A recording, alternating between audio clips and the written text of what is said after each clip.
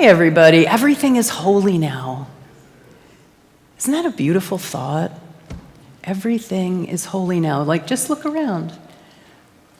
The lights, the chandeliers, these very old pews in this very old synagogue. I was driving down High Street, and I was coming in from 495 today and looking at these beautiful old mansions and estates with a widow's watch up on top. And I was just thinking about the history and the depth of life here in New England. It's awesome, isn't it? I love living here, and I love this notion that everything is holy now. Am I too loud? I'm not too loud. I feel too loud. I haven't even gotten warmed up yet. I'm about to be too loud. Yeah. So thank you so much for being here. Church is so much more fun when we're in it together. And thank you for those of you who are new with us today. A gal over here and a gal over... it's so awesome to see some... Yeah, you guys back there, beautiful. It's so awesome to see some new faces. Thanks for being with us, and come back, It's really lovely. It really is being in community that elevates us. So today we're in the Lenten season. Lent feels awfully early this year. Easter feels early, but we are in the Lenten season, and during Lent, in Unity, we call Jesus the way shower, the one who shows us the way of in fact, how to live in unlimited consciousness. And so as we explore this time of Lent, I think a lot about what this means, the crucifixion, the death, the resurrection that Jesus endured, so that we too can know that we are unlimited. That we are unlimited. Now, does that mean that you're going to die and your body's going to walk around 3 days later? No, I don't think so. That's not exactly the message. But what it does mean is that you have the opportunity at every moment to die to your human egoic rantings and ravings and messiness and craziness, to die to that with the choice to live in your unlimited resurrection of your Christ nature. Isn't that a beautiful thought? That's what we have the opportunity to do every day. That's what cultivating unlimited consciousness is all about. It really means mastering the human experience, mastering this, living on this plane, mastering the small s self, so that your Christ essence is what lives you. Isn't that a cool thought? I'm going to be lived by my Christ essence. So that's what we're going to talk about today. But in order to understand how to cultivate unlimited consciousness, you have to begin, or we have to begin, by understanding and bringing awareness to the consciousness that you are living in. I'm just going to assume that if I were to take a poll right now, nobody's going to be like, I am living in unlimited consciousness every moment of every day, thank you very much. I know I can't say that. I have moments of it. I have moments of really recognizing the vast, unlimited nature of the human experience. But let's just say, for the most part, I have some self-limiting definitions that I impose upon myself. Anyone else? All right, great. Let's take a little poll. A little poll. So what are some of the self-limiting definitions that you put on yourself? Yep. I don't have enough money. How many of you? Yeah, relate to that? What do you got? What are yours? This is where you talk back to me? Yeah. Go ahead. Yeah, I'm disabled. Damn, I'm disabled. Therefore, I fill in the blank, right? What else? I can't do it. I can't do it. I got to put on my British accent. Put on my British accent. I can't do it. I'm too old. Yeah, Michelle? I'm not smart enough. I'm not enough. How many of you have multiple variations of that? I'm not enough. Yeah, right? Young enough, old enough, sexy enough, smart enough, rich enough, abled enough, enough, right? I'm not enough. Yeah, you guys get it. Say again. I don't have enough. Yeah. It's just, that's just kind of, that's, unfortunately, that's the human condition. You have to just understand that's just, oh, there it is, human moment. Oh, there it is, there's my human condition. I'm too stressed, I'm a procrastinator, I'm no good with technology. right? We have all of these ways that we limit ourselves instead of embracing the truth of who we are. And that's your human nature. It's not like you're a bad person. That is the human condition. But I want to bring attention to some other limiting definitions that are limiting that you don't even recognize that you're walking around in as a limiting definition, like female, male, married, single, divorced, mother, father, sibling, aunt, author, doctor, nurse, baker, contractor, tech geek. That's a really limiting Republican, conservative, Democrat, liberal. These are all limiting definitions that you put on yourself. In fact, anything that you say or think about yourself that is not, I am one with God. I am my God self on earth. I am the light of God expressing. Anything other than that is a limiting definition. It is by definition limiting. Yes, I understand we have social norms. You know, like I can see myself at a cocktail party, right? Like, you know, I'm milling about and somebody comes up and says, oh, you know, hi, I'm so-and-so. And I'll be like, hi, I'm the light of God expressing. Like you just don't, that's just weird, right? You just don't do that. It would be great though. Yeah, let's try it. Let's just try it. Go get coffee, like stopping in like over on High Street, there's a cute little coffee shop. Let's like 10 of us go in there and be like oh, how are you today? I'm great, I'm the light of God expressing. Right, so we all have the opportunity to play with this. But too often we define ourselves by our body, our limitations, my profession, my family, my social class. So the question that's facing us today is, how do I identify fully, moment to moment, as the unlimited Christ consciousness that I am? That's like, isn't that, like, that's the question of our lives. How do I identify moment to moment with the unlimited nature of the Christ consciousness, with unlimited consciousness? Does that question excite any of you? Because it sure gets me up in the morning. It is pretty much what I have devoted my life to, asking and answering that question over and over and over again.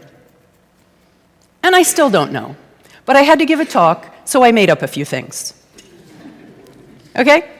So I'm going to give you some ideas. Let's play together with some ideas about how do you develop unlimited consciousness beyond the confines of our ego and our society and our culture. Well, all change, of course, begins with awareness. So that's why I asked you, what are the limitations that you put on yourself? So we've got the awareness now, like, oh, okay, I can really see, like, I'm doing this all the time. I'm putting the limitations on myself all the time.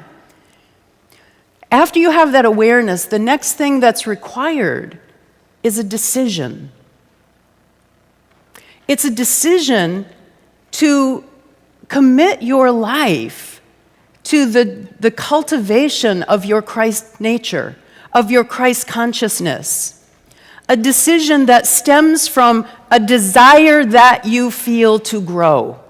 And I know you have that desire. How do I know? Because you're here. You're here in this Unity Church on a Sunday morning when you could be doing 1,000 other things. You're here online watching this service when you could be doing 1,000 other things. Your choices of what to do are unlimited, and you're here. So the first thing that you need to do is really get in touch with that desire. You're not coming for the coffee cake after service. You're coming because there is part of your spirit that wants to rise, that wants to be more. I want to know myself as God more fully. You have that desire. So inside of that desire, what there is for you to do is simply and profoundly make a decision. Because not only is it clear that you have that desire because you're here in this church, in this temple, in the synagogue, wherever we are, we're here together, but also you're here. You incarnated at this particular point in time. And I firmly believe that it is our human purpose to grow in consciousness back to the divinity from which you came. Heard that before a few times. It's one of the central tenets to my teaching. All of my students in here are like, okay, Jackie, we've heard that before. Right, Brad, you with me? My belief, and what I teach in all of my programs, we are here to grow in consciousness back to the divine nature from which we came. What does that mean? Well, we came into the human experience, and we forgot that we were one with divinity. So before we took body and form, we were one with the etheric nature of God and divinity. We didn't have a body, and then whoosh, here we are. We got born. And we take on the human experience. And what that means when you take on the human experience is that there's a lot of humanity in it, which means kind of untrained, unconditioned consciousness is fear and uncertainty and confusion and struggle and strife and resignation and it's too much, I can't. That's kind of the basic human condition. Your purpose to be here, to grow in consciousness, is to elevate into walking around knowing that you are one with God. Facing a problem or a limitation and knowing this is just my current circumstance. I'm one with God. I can't wait to see how this is going to play out. You know, the person that's rude to you in the store, sending them love. The spouse that's pissing you off on a regular basis, showing patience and kindness and love. The teenager, oh God. Anybody else parents of teens right now or have been a parent of a teenager? Yeah, we'll just talk after church. Yeah, just talk after church, right? Bringing that love. I texted that to my son this week. Nathan, you are the light of God expressing. God is living through you. Yeah, no, actually he said, thank you, Mom. That made me cry. Isn't that beautiful? Yeah, no, I didn't get an eye roll. I mean, it was on text, but he'd be like, yeah, okay, whatever. But he's like, thank you, Mom, that made me cry. I love you. Right, so bringing forth that truth everywhere you go. So not living in fear and anxiety and overwhelm and stress and resignation, but living in the consciousness of love and peace and equanimity and joy. Faith. Expressing these 12 powers in all that we say and do. God, I'm going to be here all day if I don't get moving. Where am I? Oh, God. So, right. So you have to make the decision to have your life be about this, right? So we all make decisions all the time. I want to tell you a story of a woman I need to have on my podcast. I'm really impressed with this woman. Her name is Lizzie Velasquez. And she asked this important question on her TED Talk. She asked the question, what is it that defines you? You know, so I'm talking about making a decision, and you decide what your life is about based on what defines you. So Lizzie is a TED speaker, 34-year-old motivational speaker, author, documentarian, created a film about herself. She was born with a rare congenital defect that, get this, created her to never have the ability to gain weight or develop body fat. How many of you are like, sign me up, baby? Right, so, I mean, is the image up there? Can you, who's on PowerPoint? Can you put that image up? Great. So, I mean, you can, right, so all of us, especially us women, are like, oh my gosh, sign me up for that. But in fact, if you never have the ability to gain weight or put on body fat, she has quite an unusual experience. So in her TED Talk, let me back up. When she was 17 years old, she saw an online post that dubbed her as the ugliest human alive and received over 1 million views and thousands of comments, one of them saying, do humanity a favor, put a gun to your head and end it all. So this is what she was subjected to, the bullying all through school, middle school, high school.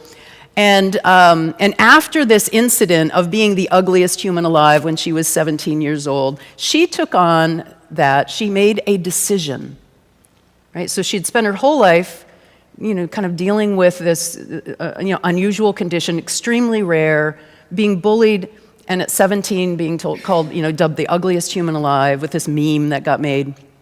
And she made a decision to take on online cyberbullying.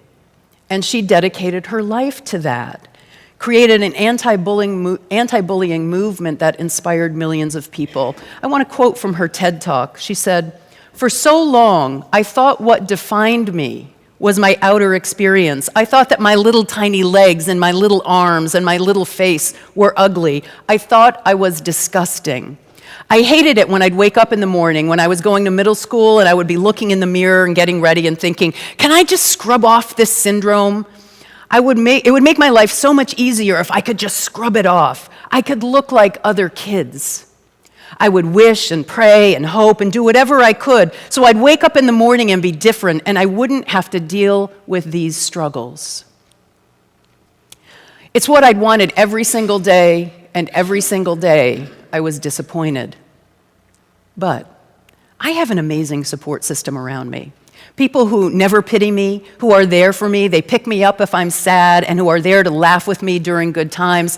And they taught me that even though I have this syndrome, and even though things are hard, I can't let that define me.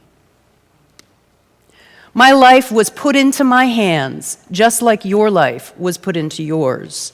You are the one who decides what defines you. Powerful, isn't it? So she said in her TED Talk that her life goals were to have a good career, check, write a book, become an author, she's published 3, get married, she married her longtime sweetheart last year in 2023, and to have children, check back on that one.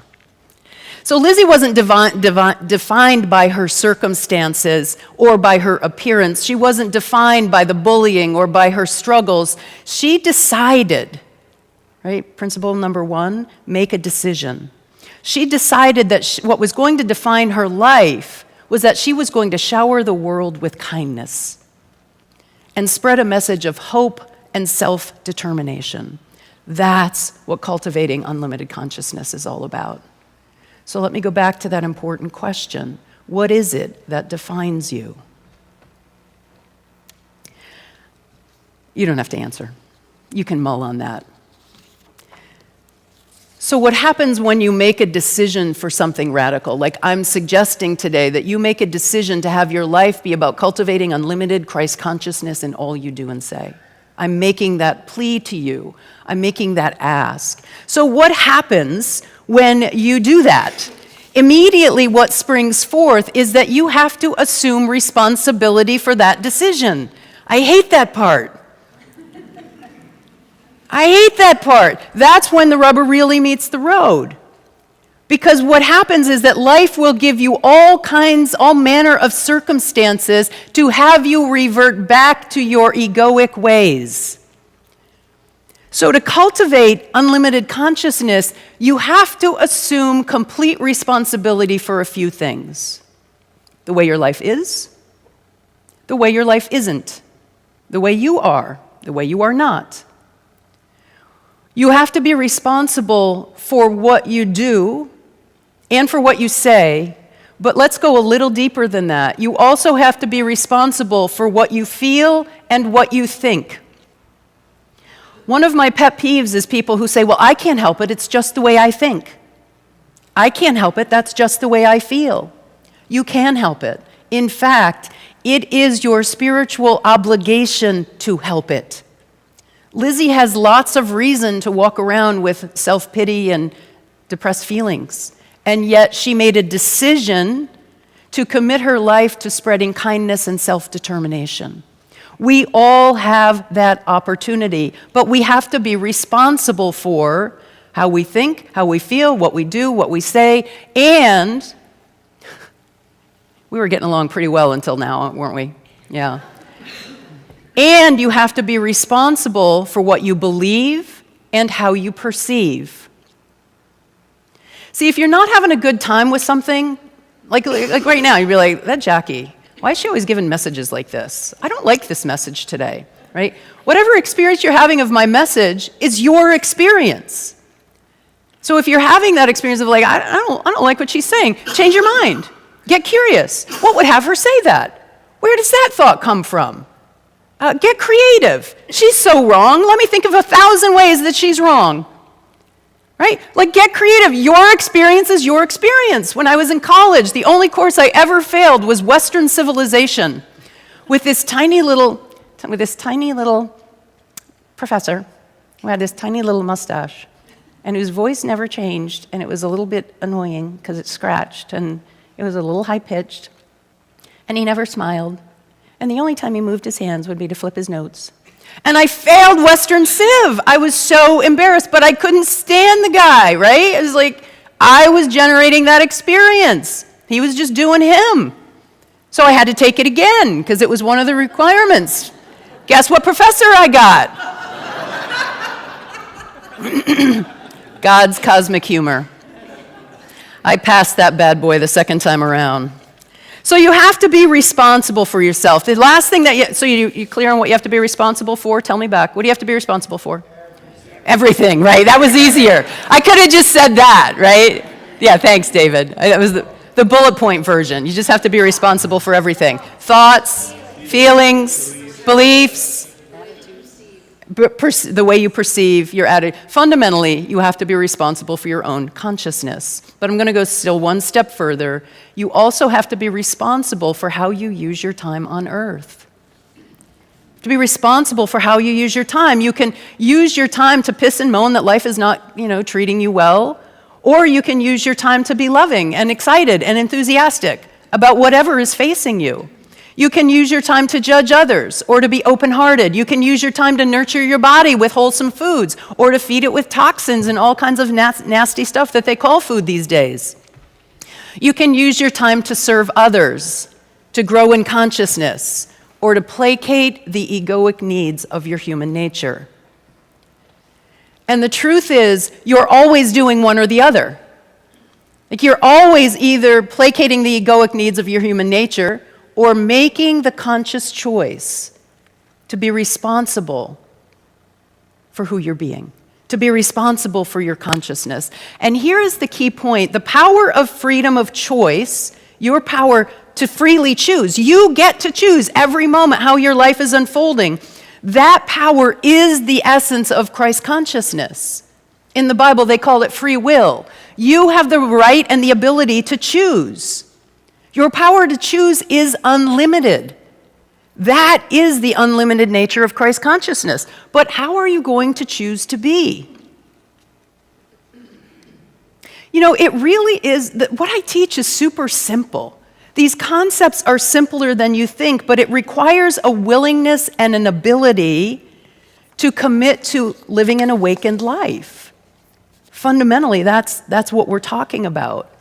Thich Nhat Hanh, the Buddhist monk, once wrote, "When we understand that our life is our own creation, we can choose to respond with wisdom and compassion to whatever comes our way." Let me say that again. When we understand that our life is our own creation, you're the one creating your life, then we can choose to respond with wisdom and compassion to whatever comes our way. There's a lot coming our way these days. Have you noticed? Even on, kind of on the global sense. But we can choose to respond with wisdom and compassion. That doesn't mean that you condone or, get on board with immoral or unethical behavior. It doesn't mean that. But you see it for what it is. You see it as a person who's expressing an unconditioned consciousness. They're doing the best they can according to their current and evolving level of consciousness. It doesn't mean you get on board with it, but you also don't need to judge it. So you've got to be responsible for your moment-to-moment experience of life, right? And I want you to just imagine what that's like, that you can determine whether you are enjoying or not enjoying it, and you can shift your perception so that your life is always kind of elevating in energy. Charles Fillmore wrote that we are not at the mercy of any external power, including heredity and environment. That blew me away. I want to believe, I'm 60, so I'm gaining a little weight. It's not my fault. I'm just 60. Now I'm like, shit. We are not at the mercy of any external power, including heredity and environment. We are created in the image and likeness of God, and we have the power to choose our own thoughts and create our own identity. Charles Fillmore, the co-founder of the Unity Church, we have the power to choose. Choose wisely. And again, my invitation for you today is that you choose, I am one with God. I call it my God self. Am I being my God self today? I want to be my God self on earth. So the last thing, so you've made the decision, you've taken responsibility for that decision and all that you think and all that you do and how you spend your time, how you're using your life. You're cultivating psychological sophistication. You're healing. You're no longer blaming the past on anything. We live in such a psychologized culture. We live in such a psychologized culture. People think I am the way I am because of my past, and today we know through neuroscience that is not true. You are the way you are because you repeat mental patterns in your thinking that create pathways in your consciousness. You have the power to create something differently. So the third thing then is to no longer identify with the limited self, but identify with Christ consciousness, my identity. Jesus said, I am that I am. Tell us who you are. He didn't say, oh, I'm Jesus from Nazareth, and I was born from Mary and Joseph. And you know, they didn't do a very good job raising me. In fact, I was born in a barn. So you could see that I've had a difficult life. Right? It's not what he did. He said, I am that I am. So what he was saying is, I am going to identify with my nature of being. I am that I am. I identify with my being nature. How are you being in relation to your life, in relation to your circumstances, in relation to your upsets? How are you being about that? I am that I am. You've probably heard the analogy. Have you heard the analogy before that that God is the ocean and we are the wave, that we are one with God? Have you heard that? If you haven't, pretend that you've heard it before. Okay. So you can get it, right? That like consciousness, universal Christ, God consciousness, God, is the fullness of the ocean, vast. You can't see the limits, unlimited. Can't see the next shore. It is vast and unlimited. And we, as our little God selves, are the wave. And I've been working with that notion lately. It used to comfort me. And just this past week, I was like, that's wrong. That's wrong. I'm not the wave. I'm the ocean. You are the ocean. We're the ocean. We are the ocean of God consciousness. Because there is no separation between God consciousness, the creative element. I am the created and the creator. I was created by God and I create with God. It's this constant interplay of energy and action and relationship. It's this constant interplay in life. So I'm not the wave. How lame is that? When I'm a little bit of flotsam, a little bit of flotsam on top of the wave. I'm not the wave. What the waves are our experiences in life. Our waves sometimes are nice and gentle, rolling along, and we feel that. And sometimes they come crashing in on us. Are they doing the images up there? Oh, bummer. There we go. There's the ocean. Let me see the next one. There's the little beautiful wave. See, I'm not that little flotsam on top. And then the next. Yeah. And then sometimes the waves come crashing in, right? Sometimes the waves come crashing in. But what I want you to know today is that you are the source of creation. Was something I said? I hope it wasn't. I hope not. Anyway, have a good afternoon. That's my ADD kicking in. I am your special needs teacher. See, I just did it. That was a limiting definition. I defined myself through that. Yeah, no, love you. Sending him love. All right, good. So if we believe that God and I are one, we don't want to identify with anything that's smaller than the wholeness. So our work, whether we're swimming along in life, enjoying just the little rolling waves, or whether we're in the face of those ones that crash us down, our work is to know that we are always, the truth of our nature is that we are one with God. And as you identify with that. So I really want you to walk around today, like set an alarm on your phone or something, like every hour. I'm one with God. I'm the ocean, not the wave. Like as you walk around seeing that everything is holy now, including me, by the way. How many of you sang that song with like everything is holy now, but somehow you got left out of that? Include yourself in that circle of holiness. And as you do that, life changes. Life itself changes. You don't see things the same way. You're not at that level of vibration where you have all of these upsets and troubles and difficulties. You become a no-drama zone. You become a no-drama zone. There's no energy of drama in your space.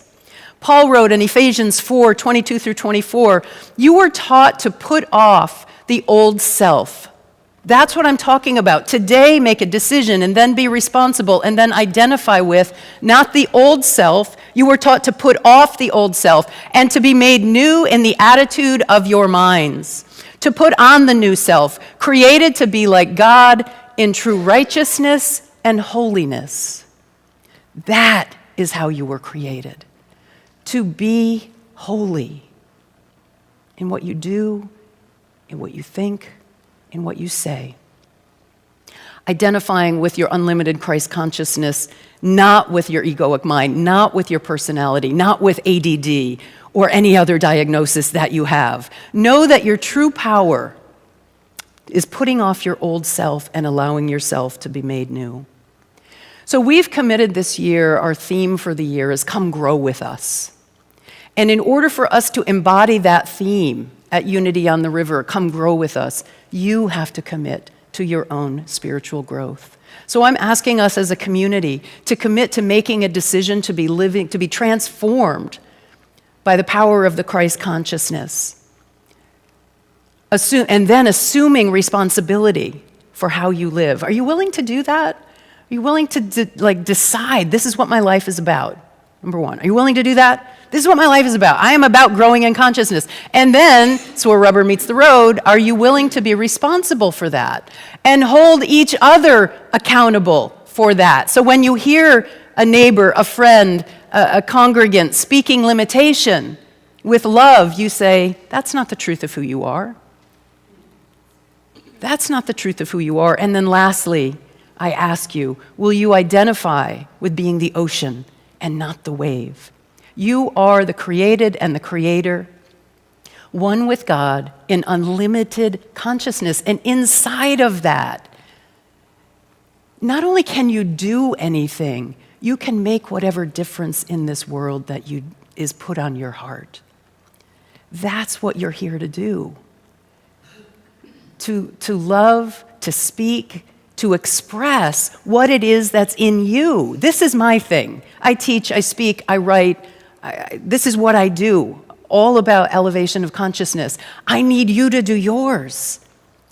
The save the whales and the take care of the environment and being out at the political rallies and speaking up for truth and justice. And dear God, somebody please take care of managing AI before it takes over our world, right?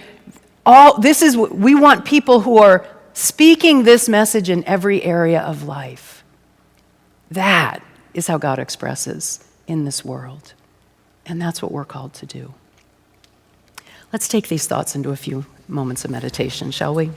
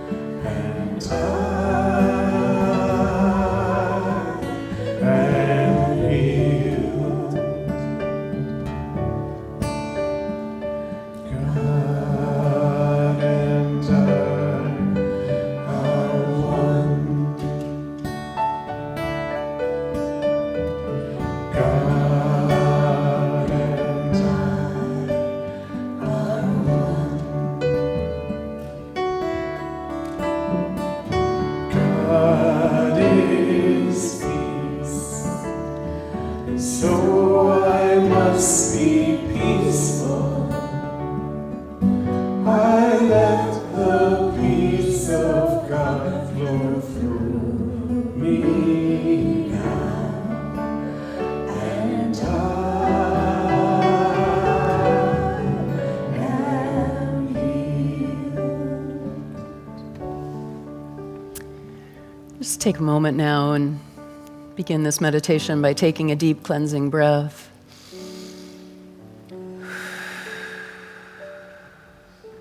Feel your etheric field around you. Feel your body sinking into this now moment, coming to stillness, affirming silently to yourself now, God and I are one. God is life. God is love. So I must be loving. I invite you in this now moment to just call to mind any area of your life that perhaps you've felt some separation from the truth of your divine nature and your Christ consciousness. Perhaps you're having a challenge at work or relationship issue, maybe it's your finances. And I invite you now to just go to that area and feel the energy that you've been feeling about it, the constriction, the fear, the worry, the frustration, and just decide in this now moment to let that go, to allow that energy to be taken up into the sea of nothingness and to dissolve into the truth of your higher Christ nature. And what immediately is present is the truth that you are the created and the creator in this magical, mystical dance. So affirm in that area right now, God and I are one. I don't know how it's going to turn out, but I live by faith, not by fear.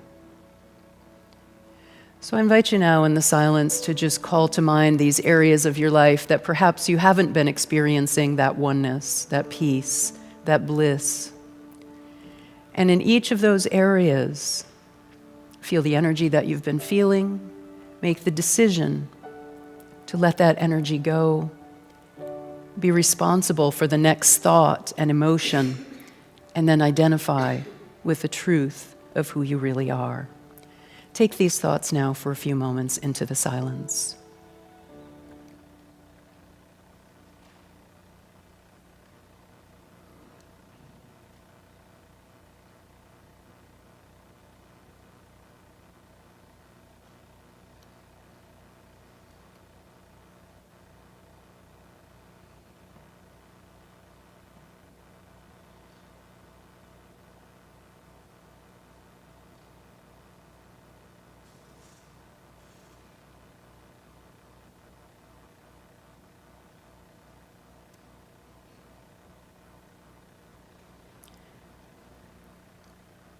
We turn these areas over to God, knowing that the universe is always conspiring for our good. And we say, thank you, God, for this truth and this knowing, for deepening our identity into the truth that God and I are one. And so it is.